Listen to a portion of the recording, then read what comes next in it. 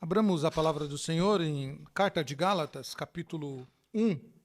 Nós encerraremos hoje o capítulo 1 da Carta de Gálatas, dando sequência ao nosso estudo do primeiro capítulo da Carta de Gálatas. Vamos ler dos versículos 11 ao versículo final, versículo 24.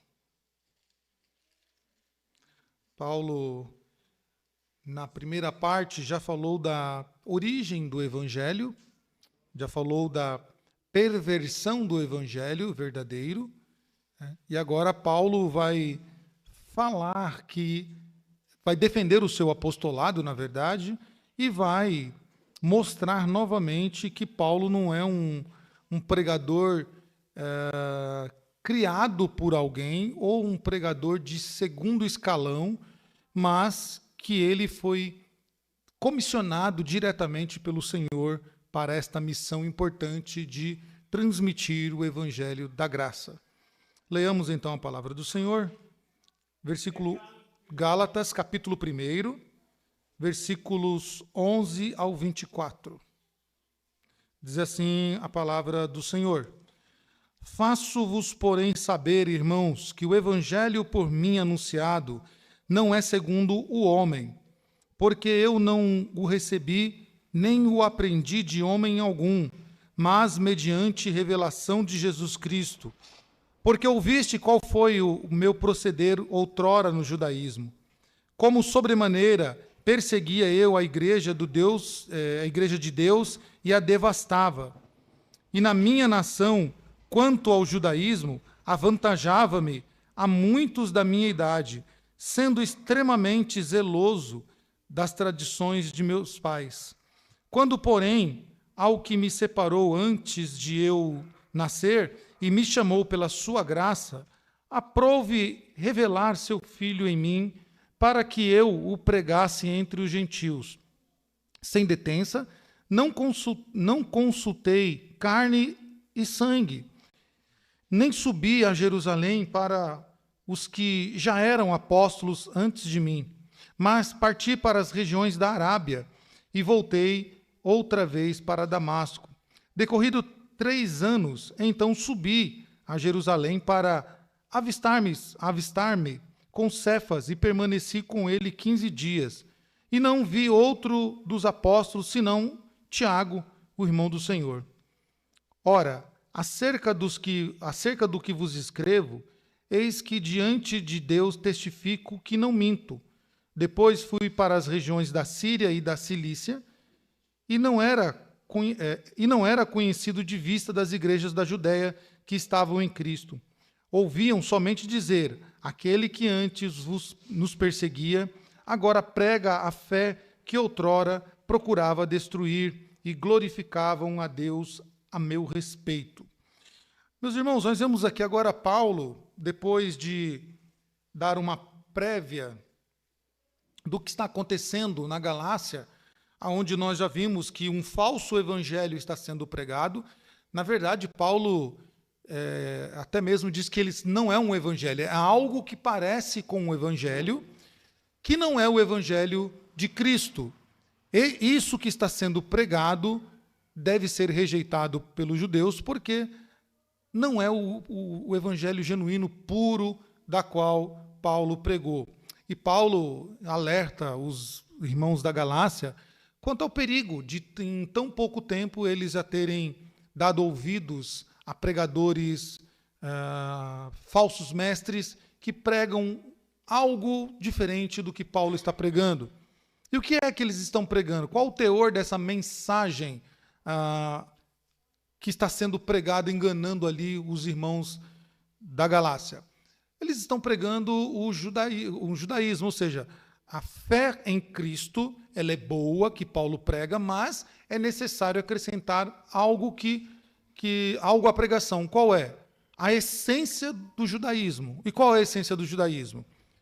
Nós aprendemos ali a circuncisão, né, o calendário e a dieta dos judeus.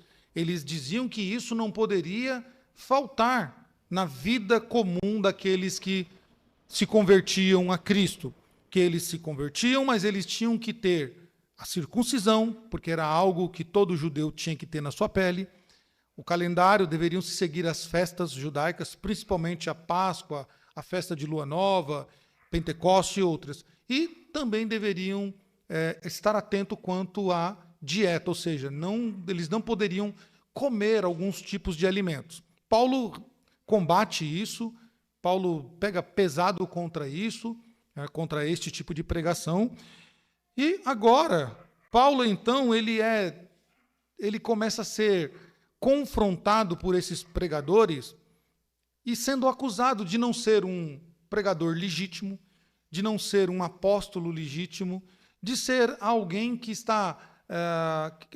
ser uma espécie de pregador de segunda linha, de ser um pregador secundário, não alguém realmente com autoridade. Então, Paulo agora, além de combater esse falso evangelho, Paulo precisa agora confirmar, ou seja, defender o seu apostolado. E ele faz aqui uma breve biografia, autobiografia, né? Ele resume um pouquinho da história de Paulo, da sua conversão até o presente momento. E nós vemos isso pelo menos em 3 pontos nesses versículos que lemos, e para que possamos entender então qual a ideia que Paulo quer transmitir aqui. Paulo quer transmitir 2 coisas nesses versículos que nós lemos. Uma, a origem do Evangelho da Graça não é de homens. Ela não provém de homens, ela não provém de homem algum e não provém do próprio Paulo, mas ela foi dada pelo próprio Cristo. Ou seja, Paulo ele diz, não foi nenhum homem que me deu o Evangelho, este Evangelho que eu vos estou transmitindo a vocês. Quem me deu foi Cristo que me deu, o próprio Cristo me deu. Então Paulo ele anuncia que este Evangelho da Graça não tem origem humana, mas origem divina, e ele também coloca que, diferentemente de outros, ele é um apóstolo chamado diretamente por Deus. E Paulo vai usar agora a sua biografia para combater os judaizantes. Os judaizantes eles estão dizendo assim, nós precisamos, os convertidos precisam da essência judaica. Então, quem melhor do que Paulo para falar de judaísmo? Paulo chega a dizer isso, assim, olha, desculpa, mas eu acho que de judaísmo eu entendo mais do que vocês. Porque não teve homem na minha idade que conheceu mais do que eu o judaísmo. E ele vai dizer isso aqui nesses versículos. Então, nós vemos Paulo falando dele antes da conversão. O que aconteceu antes da conversão? Quem era Paulo antes da conversão? Nós vemos, então, antes da mudança na vida de Paulo, a prova que o Evangelho da Graça, quando chega, transforma até mesmo aquele que é vil pecador, aquele que é perseguidor do Evangelho, da qual Paulo se intitula um dos maiores, transformando e fazendo com que ele de perseguidor passe a ser um perseguido. Então, Paulo fala um pouquinho antes dele da conversão. Quem era Paulo antes da conversão? Paulo vai dizer isso, né? Nós vemos Paulo nas suas cartas sempre lembrando isso, mas quando ele escreve aos Filipenses, ele deixa isso de forma bem mais enfática. Quem é Paulo? Paulo é um fariseu. Paulo é um homem religioso da ordem dos fariseus. A ordem dos fariseus era uma ordem muito religiosa, que levava muito a sério a fé judaica, a ponto deles defenderem com unhas e dentes todo o pensamento religioso contido ali na fé judaica. Por isso que Paulo vai ser um homem que ele vai se dizer um homem zeloso, né? Zeloso da lei. E Paulo perseguia os cristãos por quê? Porque os cristãos estavam meio que deixando a lei de lado, e Paulo é um fariseu, um homem que zela pela fé judaica. Então ele era um fariseu. Paulo diz, olha, eu era um fariseu. Então, de judaísmo eu entendo. Vocês querem falar de judaísmo, de circuncisão? Vocês querem falar de festas? de calendário, de todas as festas, querem falar de dieta, de o que não pode comer, o que pode comer. Opa, eis-me aqui que eu sei o que é isso, porque eu fui um fariseu e me sobressaí aos da minha idade. Ele começa dizendo isso no versículo 11 do texto lido. Ele diz, olha, faço-vos saber, irmãos, que o evangelho por mim anunciado não é segundo o homem, ou seja, a origem não é humana, porque não recebi de homem algum, mas mediante revelação de Jesus Cristo, porque, aí ele começa no 13, porque ouviste qual foi o meu proceder outrora no judaísmo, como sobremaneira perseguia eu a igreja de Deus e a devastava.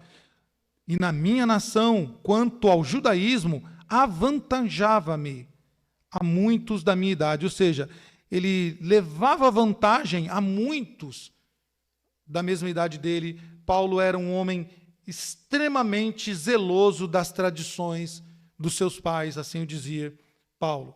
Então, Paulo está dizendo aqui, eu entendo de judaísmo. Vocês querem conversar de judaísmo? Eu entendo de judaísmo. E Atos capítulo 22 vai dizer que Paulo não só foi um jovem criado no judaísmo, não foi só transmitida a fé judaica de pai para filho, como era costume dos judeus. Paulo não foi apenas um fariseu por ser, mas Paulo recebeu todo o ensinamento de um dos maiores mestres do judaísmo, que foi Gamaliel. Paulo recebeu de Gamaliel as instruções da lei. Ou seja, Paulo foi muito bem ensinado acerca do judaísmo. Paulo foi muito bem catequizado acerca da fé judaica, acerca de todos os artigos da lei, acerca das proibições, acerca da Torá. Então, Paulo foi muito bem instruído. Quem foi Paulo antes da conversão? Foi aquele homem que lá em Atos capítulo 8 consentiu com a morte de Estevão. Paulo, ele tinha autoridade ali e ele consentiu com a morte do Estevão, o primeiro mártir cristão ali. Quem foi Paulo antes da conversão? Paulo foi um homem que recebeu autorização do sumo sacerdote para perseguir os cristãos e até mesmo prendê-los ou matá-los, se caso fosse necessário. Atos capítulo 9 vai narrar isso, como Paulo tinha autorização dos sumos sacerdotes para perseguir cristão, para prender, para proibi-los de falarem, para trancafiá-los e, em casos como o de Estevão, até mesmo matá-los se for necessário. Porém, Paulo ele vai contar a sua história, e isso vai ficar narrado em Atos capítulo 9, que neste momento de perseguição, Paulo sendo zeloso, Paulo pregando aquilo que de fato ele acreditava, que era a fé judaica, o judaísmo e toda a sua essência, Paulo então se converte no caminho de Damasco. E por que isso é importante, esse lembrete de que foi no caminho de Damasco que Paulo então se converteu?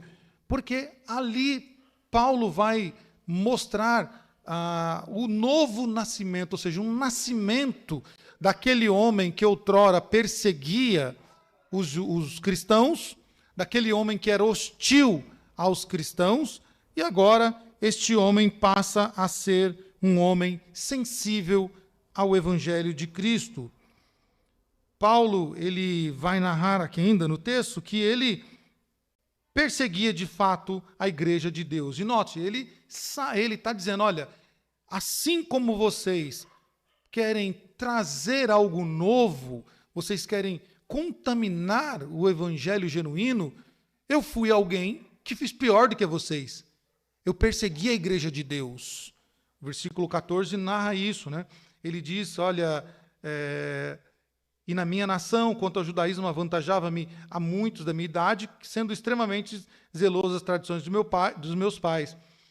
Quando, porém, ao que me separou antes de eu nascer, me chamou por sua graça, né? Aprove ele me chamar por sua graça. Antes disso, no versículo 13, ele diz, eu me destaquei de sobremaneira a ponto de perseguir a igreja de Deus e a devastava. Ou seja, Paulo, ele não só perseguia a igreja, mas ele fazia um estrago por onde ele passava.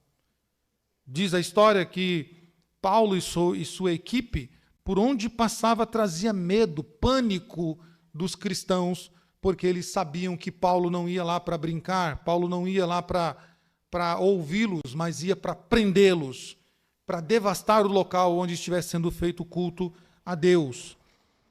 Por isso que ele diz, vocês ouviram qual foi o procedimento do judaísmo, como perseguia com violência, né? Em uma outra versão, com violência a igreja de Deus, procurando destruí-la. Então, Paulo está dizendo assim, olha, vocês ouviram, vocês sabem o que eu estou falando, vocês sabem quem eu era. Quem eu era? Eu era alguém que com violência perseguia os cristãos e alguém que procurou destruir a igreja de Deus. Paulo ia de casa em casa em Jerusalém, de morada em morada, prendendo cristãos que se encontrassem nas casas e os arrastava para as cadeias. Atos capítulo 8 vai dizer isso, vai narrar isso. Qual era, então, a missão de Paulo? Qual era a atração de Paulo, podemos assim dizer? Era ir de casa em casa e ver, tem cristão cultuando? Prendia e levava-os e encarcerava-os. Paulo está dizendo, vocês sabem quem eu era. Vocês sabem quem eu sou.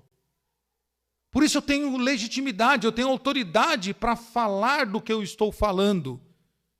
Porque eu fui um como vocês, ou pior do que vocês.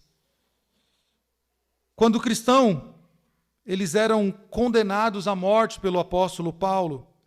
E Paulo votava, então, ou determinava isso, né, juntamente com a sua equipe, a favor da morte dos cristãos. Paulo consentia com a morte dos cristãos e era a favor de que eles realmente fossem exterminados por causa do zelo da lei judaica. Pelo zelo e pela religiosidade que Paulo tinha. Paulo se considerava um fanático. Paulo se considerava um fanático da fé religiosa. E é isso que ele diz no versículo 14. E na minha nação, quanto ao judaísmo, de novo, avantajava-me, ou seja, me destacava a muitos da minha idade. Paulo está dizendo, ninguém se sobressaía a mim. Eu era alguém muito religioso e muito fanático. No judaísmo, eu superava a maioria dos judeus da minha idade. Era extremamente zeloso das tradições dos meus antepassados. O que levava Paulo a se expressar dessa forma? Seria um orgulho pessoal? No caso aqui, não. Paulo não está se orgulhando do que ele fez. Paulo não está tendo assim, dizendo, olha, eu fui o melhor, eu fui o mais... Não, Paulo ele está relembrando quem ele foi, porque lembre-se, qual é o problema aqui? Os judaizantes estão querendo que os cristãos que se converteram, eles abracem também aspectos do judaísmo. Então não basta só o evangelho da graça, tem que ter circuncisão, tem que ter festas, calendário, tem que ter dieta. E Paulo então está relembrando a eles que disso aí Paulo sabe muito mais do que eles. Então Paulo não está com orgulho lembrando da sua vida passada. Paulo está dizendo, vocês sabem quem eu era. Eu estou falando com autoridade, eu estou falando das coisas que eu sei. Eu estou falando de um estilo de vida de qual eu fui muito superior a vocês. Eu me destaquei acima dos homens da minha idade. Paulo queria, então, aqui uma espécie de tentativa de dissipar qualquer argumento de que ele não possuía conhecimento suficiente do judaísmo. E era isso que ele era acusado.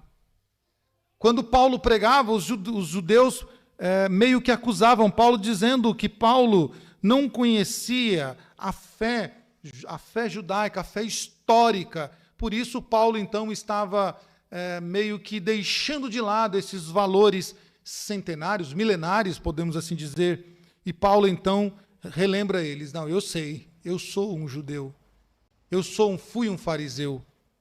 Paulo era extremamente zeloso, sim, pelas tradições orais, pelas escritas, pela lei. que ele recebeu ao longo de todos os seus anos de estudos como um bom rabino, com bons rabinos. E é sempre bom lembrar que ele foi criado no mais severo dos ensinamentos judaicos da sua época.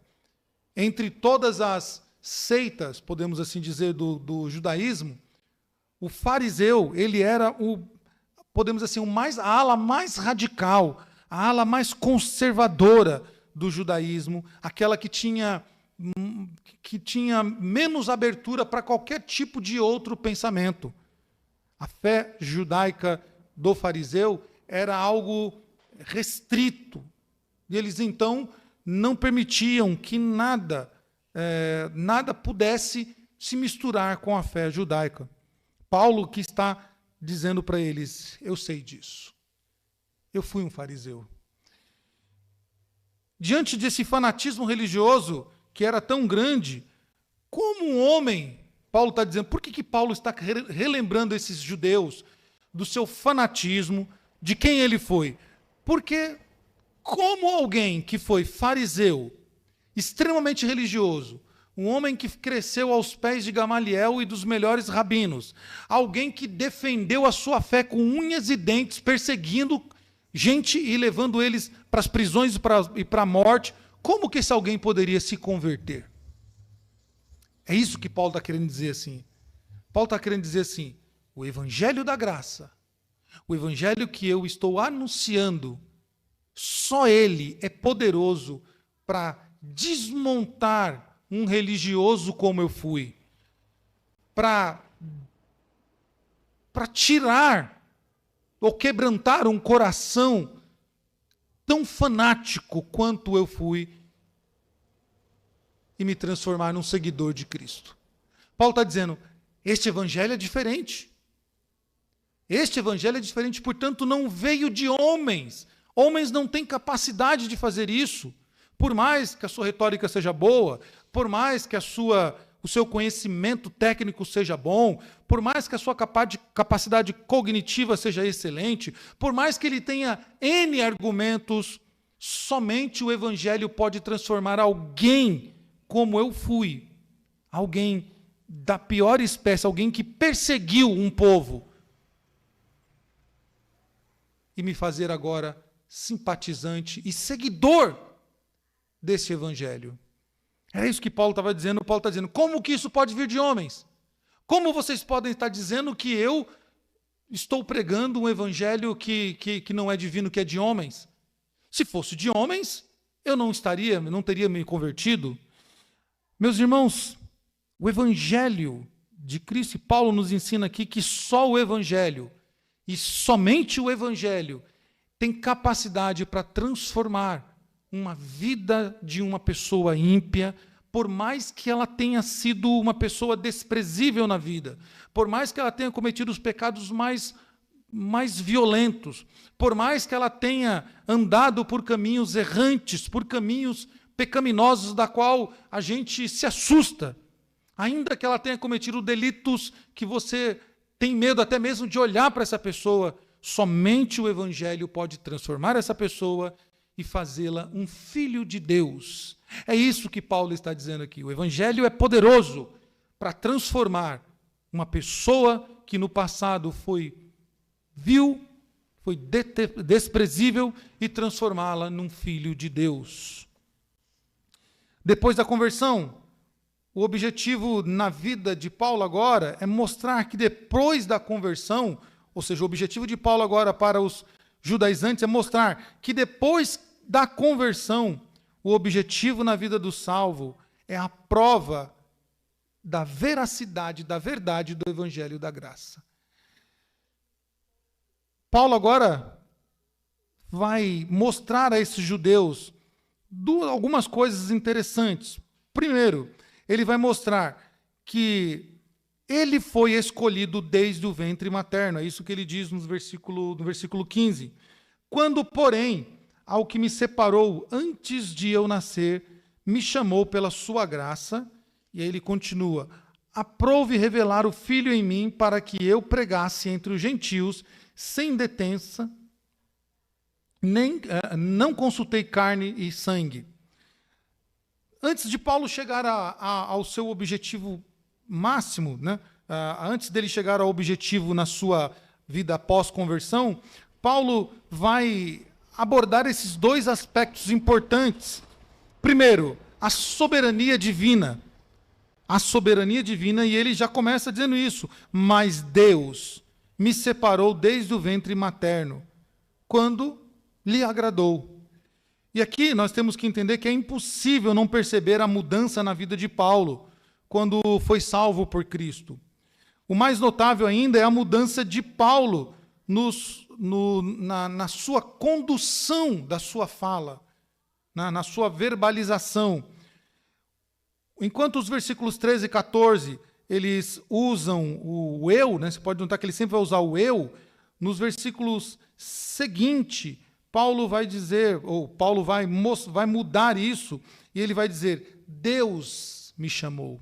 Então, eu persegui a igreja de Cristo, a igreja de Deus, eu era extremamente zeloso aos meus antepassados, agora a verbalização, agora Paulo muda a maneira de falar, muda os verbos da qual ele vai conjugar. Agora ele usa, Deus me chamou por sua graça, né?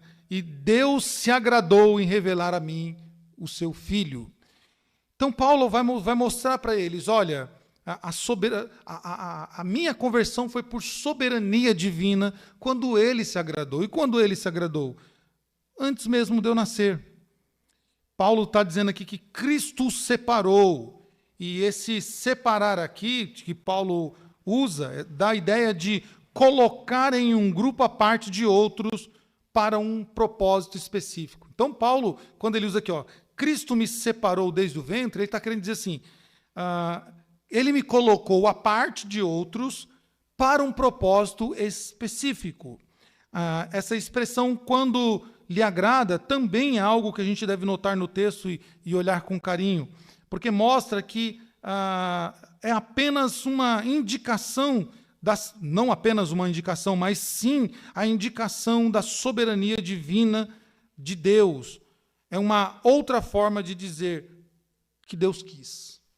Então, Paulo está dizendo assim, Deus me separou para um propósito específico quando ele quis.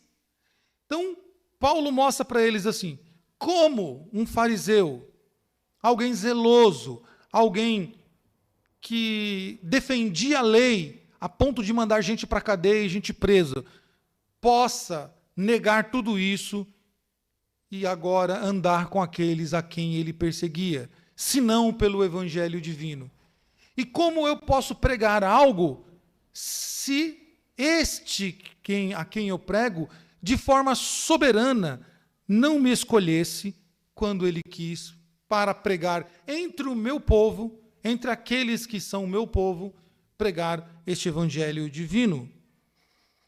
Paulo está, então, agora mostrando que o seu chamado apostólico, ele não partiu de homem algum, mas ele partiu de Deus. Deus vocacionou Paulo, Deus chamou Paulo, Deus elegeu Paulo para ser o seu pregador, para pregar a mensagem. E notem, a acusação aqui é que Paulo ele não teria essa autoridade para pregar, porque ele não era alguém que andou com Cristo.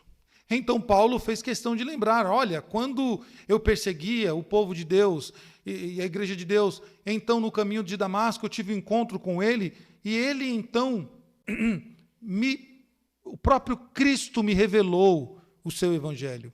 Lembra lá em 1 Coríntios capítulo 11, versículos 23, ele diz, nisto que também vos aprendi, né, o que vos ensino, aquilo que também eu aprendi. Ou seja, quem ensinou Paulo não foi nenhum homem, mas foi o próprio Cristo que ensinou. Cristo ensinou, e Paulo vai dizer, olha, eu fiz questão de ficar na Arábia, eu não subi para Jerusalém, justamente porque Paulo estava sendo ensinado, Paulo estava tendo o evangelho revelado diretamente por Cristo.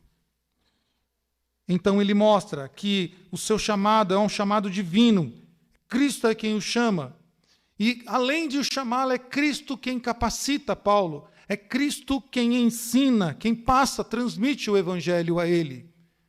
E ele ainda dá uma qualidade ainda melhor do que ele poderia dizer. Ele diz: quem me ensinou, eu aprendi esse evangelho com o Cristo ressurreto. E notem, é por isso, meus irmãos, que nós não aceitamos nenhuma outra espécie de revelação. É por isso que nós não acreditamos em apóstolos nos dias de hoje. Porque teria que ter visto Jesus. Teria que ter andado com Jesus, ou pelo menos ter visto Cristo ressurreto. Então nós não acreditamos em apóstolos com suas revelações, porque a revelação já foi dada e já foi completa, para que o povo de Deus, então, pudesse ser guiado pelo verdadeiro evangelho que provém de Deus, o evangelho da graça. Então, Paulo mostra, da onde partiu o evangelho? De Deus.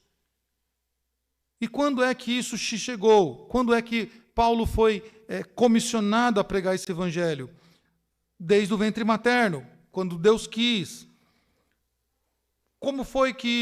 Qual foi o mérito que Deus escolheu para chamar Paulo? Paulo não andou com Jesus. Paulo não teve o privilégio de estar entre os 12 primeiros. Mas Paulo diz: foi pela sua graça. Pela sua graça ele me chamou. E então Paulo diz que ele foi derivado da soberania divina, ou seja, Deus, pela sua graça, quis chamar Paulo para ser o seu pregador, para levar o evangelho até os confins da Ásia Menor. E aqui, meus irmãos, não nos cabe deduzir porque Deus escolhe soberanamente pessoas para chamados específicos. A Bíblia não nos dá essa resposta. E muitos, assim como Jeremias, também questionaram isso, não tiveram essa mas por que eu? Por quê? Porque Deus chamou tal pessoas. E às vezes nós nos questionamos, mas por que Deus chamou tal pessoa para essa função? Por que Deus chamou essa pessoa para fazer isso, para pregar, para ser um professor, para pregar, para dirigir? Por que Deus escolheu esse e não escolheu a mim? Por que Deus chamou aquela pessoa? Mas qual o mérito daquela pessoa? Meus irmãos, os méritos do chamado de Deus, ou o mérito do chamado de Deus não está em nós, mas está na sua graça maravilhosa, está na sua generosidade, na sua bondade. É pela sua graça que ele, então, chama alguns para uma obra específica. Essa escolha de Deus, no entanto, não serve como uma base de uma eleição incondicional, pois a Bíblia ela não afirma uma eleição individual, e sim coletiva. Então, nós olhamos para a eleição individual do chamado que Deus tem específico para alguns, nós não podemos confundir com um chamado incondicional, ou seja, não há condições para isso. Deus tem a sua condição para chamar pessoas para uma obra específica. Por isso, cabe-nos refletirmos que Deus é soberano e Ele age como Ele quer, quando quer, e que os motivos nem sempre nos são revelados. Todavia, sempre podemos confiar de que Deus sempre faz o que é melhor para nós. As pessoas não entendiam por que Deus chamou Paulo. Mas por que chamar um homem violento? Um homem que prendeu muitos dos nossos. E notem, quando Paulo começou a dar os seus primeiros passos entre os cristãos, havia medo. Não foi isso? Quando Deus mandou que Ananias recebesse a Paulo, eles ficaram com medo. Mas esse é o perseguidor, é aquele que prende os crentes e que manda matar. Deus falou: olha, recebam, porque eu quero que ele esteja entre vocês. Me aprove chamá-lo para saber o que é sofrer por causa do meu evangelho. Então não nos cabe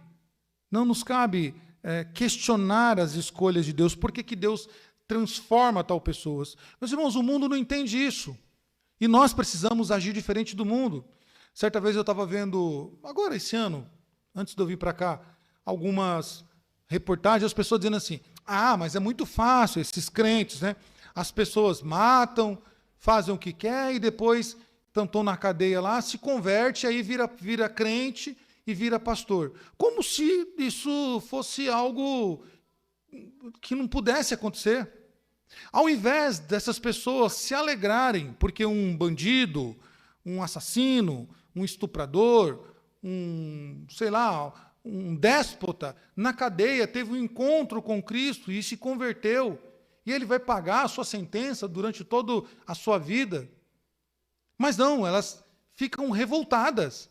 Porque o que elas querem? Elas querem que essas pessoas que cometeram crimes, elas padeçam, sofram, que elas fiquem ali sendo torturadas, que elas se possível, nem têm direito a comida ou bebida, que elas sofram, mostrando e revelando o coração humano como ele é mesquinho, como ele é terrível.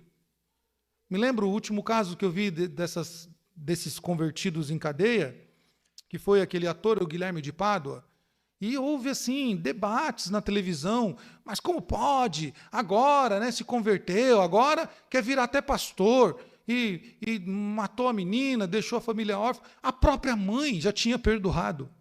A própria mãe da menina já tinha perdoado, mas a sociedade queria ainda que aquela pessoa que pagou a sua sentença na cadeia, cumpriu a sua pena, agora essa pessoa não tinha o direito de professar uma fé. Talvez até teria direito de professar uma outra fé, mas não ser evangélico, não seguir os passos, que parece que houve um arrependimento e uma conversão. Por que as pessoas não acreditam que o evangelho ele transforma vidas? O mundo pode não acreditar, mas nós precisamos acreditar. Nós precisamos crer que Deus transforma qualquer um quando Ele quer, da maneira que Ele quer. E nós devemos nos alegrar quando nós vemos pessoas déspotas, pessoas violentas, pessoas que cometeram crimes bárbaros se convertendo ao Senhor. E nós devemos nos alegrar quando isso acontecer. Paulo ainda agora, falando da sua conversão, ele mostra que o objetivo da sua vida é pregar o evangelho, uma vez que Cristo o converteu e o tirou do erro. William Hendricks, ele coloca, falando sobre isso, ele diz que é o favor ativo de Deus em outorgar o maior dom a quem merece o maior castigo. Paulo não merecia a misericórdia divina, nem mesmo pediu a misericórdia, mas a graça de Deus o alcançou. Notem, nós não merecíamos o melhor de Deus. É isso que Paulo está dizendo para esses judaizantes. Nós não merecíamos, e eu que estou aqui falando para vocês, Paulo dizendo, eu não merecia o melhor de Deus, eu merecia o pior, porque o que eu fiz no passado, eu merecia a punição de Deus. Mas Deus se agraciou de mim, me deu me comissionou para uma obra grande, de pregar o evangelho da graça. John Stott, ainda escrevendo sobre isso também, descreve que a experiência de Paulo, e ele descreve essa experiência de Paulo da seguinte maneira: Paulo perseguia Cristo porque cria que este era um impostor. Olha que interessante o jogo de palavras que John Stott vai usar. Paulo perseguia Cristo porque cria que este era um impostor. Agora os seus olhos estavam abertos para ver Jesus não como um charlatão, mas como o Messias dos judeus, Filho de Deus e o Salvador do mundo. Notem que curioso. Paulo perseguia a igreja de Deus porque julgava que Cristo era um impostor. E agora Paulo está sendo acusado de um impostor justamente por pregar para os judeus que Cristo é o Filho de Deus que veio salvar a nação judaica. Talvez Paulo esteja se referindo aqui, dando a ideia aos judeus, mostrando para eles, olha, assim como eu acusei alguém de ser um impostor e errei, vocês estão errados, porque eu fui comissionado por Cristo, Ele me chamou.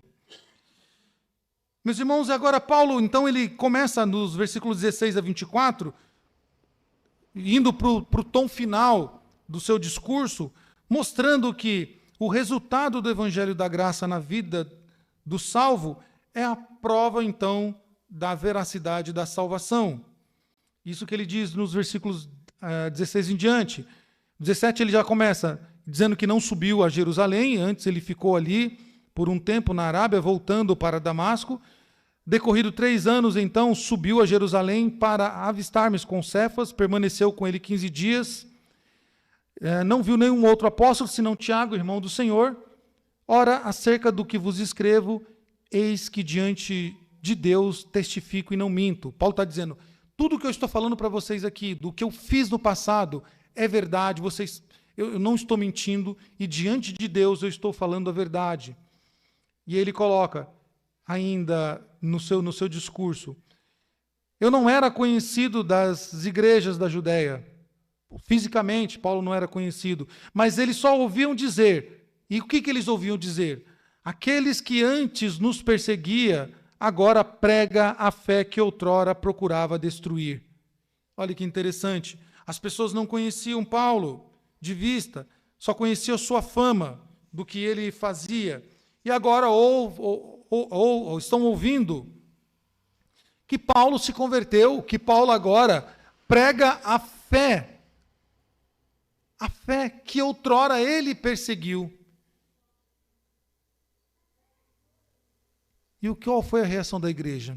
Eles glorificaram a Deus por causa da conversão de Paulo. William Barclay, ele diz sobre isso que antes de falar aos homens, Paulo precisou falar com Deus. A isso, completando juntamente com o pensamento de Barclay, que diz que Paulo, então, antes de falar com os homens, antes de estar pronto para anunciar o evangelho aos homens, Paulo precisava falar com Deus. Paulo precisava, então, encarar aquele que ele perseguiu. Porque lembra qual foi o encontro de Paulo com o Senhor? Paulo perseguia a igreja, mas qual foi o que Paulo ouviu do próprio Senhor? Saulo, Saulo, por que persegue a igreja de Deus, não foi isso? Não. Saulo, Saulo, por que tu me persegues? Então, aqui houve um confrontamento dizendo, Paulo, você não está perseguindo a igreja, você não está perseguindo pessoas, você está me perseguindo. Então, esses 3 anos, Paulo precisou encarar o Senhor, precisou falar com Deus, precisou, então, ser advertido, ser ensinado, instruído pelo Senhor, antes de falar com os homens. Nesse mesmo pensamento, o reverendo Hernandes Dias Lopes diz que só se levantam diante dos homens aqueles que primeiro se prostram diante de Deus. Meus irmãos, Paulo mostra a esses judeus que estão pregando esse falso evangelho. Mostra a esses judaizantes que estão querendo contaminar o evangelho genuíno, que estão desanimando e perturbando a fé ali em Jerusalém, dizendo para eles, eu estive diante daquele que é a fonte do evangelho. Eu tive que estar diante dele, eu tive que me prostrar diante dele, eu tive que lidar face a face com ele antes de pregar esse evangelho que eu estou anunciando. E por fim, meus irmãos, a igreja glorifica então a conversão de Paulo, e esse glorificar a Deus significa que a igreja reconheceu o caráter e a natureza da conversão de Paulo. Paulo está dizendo para esses judaizantes, o povo de Deus testificou, o povo de Deus glorificou, né, e reconheceu que Deus me tirou do erro da qual vocês estão seguindo e me trazendo para ser o seu pregador, o seu apóstolo e pregar a libertação das amarras do judaísmo, das amarras de uma fé irracional em que estavam colocando coisas no evangelho. Warren Wiersbe, ele diz sobre isso, que os judaizantes estavam interessados somente na própria glória. E nós vemos isso nos versículos 11 a 18 do capítulo 6, nós vamos ver isso muito claro. Por isso, roubavam os convertidos de Paulo e os levavam a desviar-se. Se Paulo estivesse preocupado em glorificar a si mesmo, poderia ter continuado sua carreira como rabino, poderia ter continuado a sua fé rabínica. E talvez se tornado ali um sucessor de Gamaliel, o seu mestre que os ensinou. Mas era a glória de Deus que motivava o apóstolo a pregar o evangelho, esta mesma glória que também deve motivar a nossa vida. Paulo está confrontando esses judeus, esses pregadores que querem a glória a si, enquanto Paulo está mostrando a eles que Paulo não quer fama, Paulo não quer ser o pregador dos pregadores, Paulo não quer os elogios para si, mas Paulo quer que a glória de Deus seja exaltada, que o Senhor seja exaltado, que a glória seja dada a Deus. E então há este confronto e este lembrete de quem Paulo foi e do que Deus fez na vida dele. Meus irmãos, com isso, nós temos, olhando para este capítulo, nós podemos resumi-lo e entender que não há margens para novas revelações. Não há margens para outro evangelho, como nós aprendemos no capítulo 1. Não precisamos de um outro evangelho. Não precisamos acrescentar nada à nossa fé. Ah, não, mas eu sou crente, sim, mas se você fizer isso também aqui, você colocar uma coisinha lá perto da sua cama, vai dar certo. E o que tem a ver?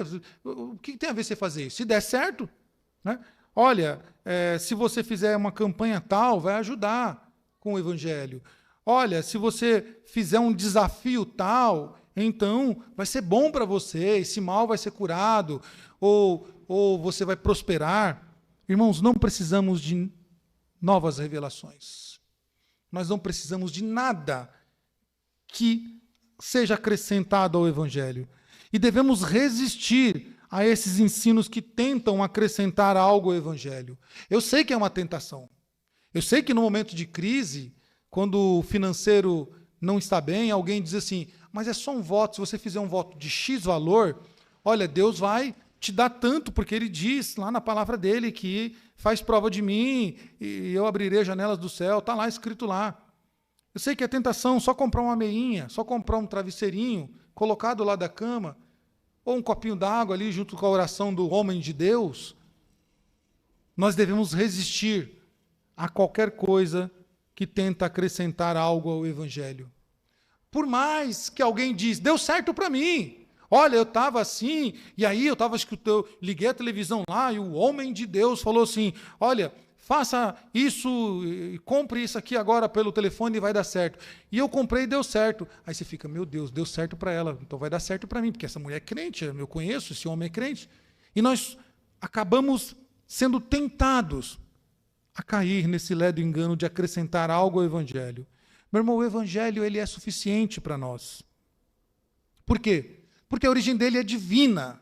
A origem do evangelho é divina e não precisamos de mais nada que seja acrescentado. Devemos resistir à ideia da existência de um evangelho bipartido, ou seja, o evangelho de Paulo, o evangelho de Cristo, o evangelho dos apóstolos, o evangelho do reino. Não, o evangelho é um só. Em muitos locais hoje, muitos locais que se dizem cristãos, eles dizem assim, não, nós precisamos separar.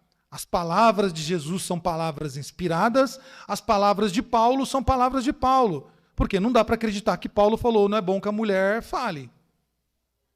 Isso é palavra de Paulo. Era o entendimento de Paulo, mas Cristo não pensa assim como Paulo. Eu já ouvi isso. Então, nós precisamos tomar cuidado, não podemos bipartir o evangelho. O evangelho é uno e ele é suficiente para nós num todo. E por fim, meus irmãos, somos chamados a pregar o evangelho simples. O evangelho ele é simples. Ele não precisa de floreios, não precisa de vestimentas, ele não precisa de fantasias.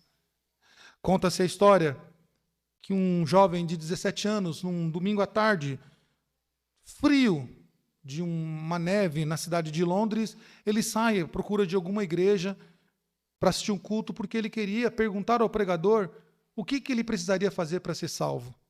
Então ele sai nas ruas, aquela neve de Londres caindo, aquele frio, e ele sai, encontra uma igreja, ele entra, este jovem, ele entra, e então um pregador muito simples, era um diácono, muito simples, começa a pregar, não tinha muita leitura, não tinha muito domínio no vernáculo, muito domínio nas palavras, e ele dizia assim, e repetia um texto de Isaías 45 que dizia: olhai para Cristo e serás salvo.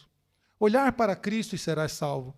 E aquele jovem, 17 anos, então ele começou, aquilo ficou na mente dele, e então ele percebeu que ele só precisava olhar para Cristo e ser salvo.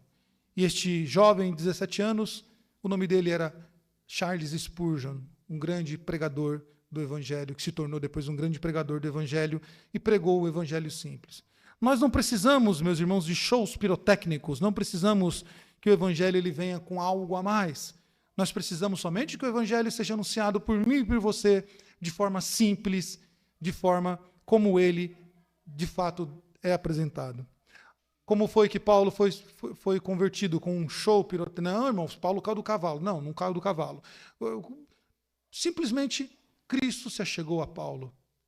Então houve a conversão. E assim, todos aqueles a quem Deus quer salvar estão sendo salvos pela simplicidade do Evangelho. E continuarão sendo salvos pela simplicidade do Evangelho quando eu e você sairmos às ruas e apresentarmos o Cristo simples. O Evangelho simples, que continua salvando pessoas. Que Deus nos abençoe, meus irmãos, e nos ajude a sempre lembrar da simplicidade do Evangelho e da origem do Evangelho, que é divina, e por isso devemos pregá-lo dessa maneira.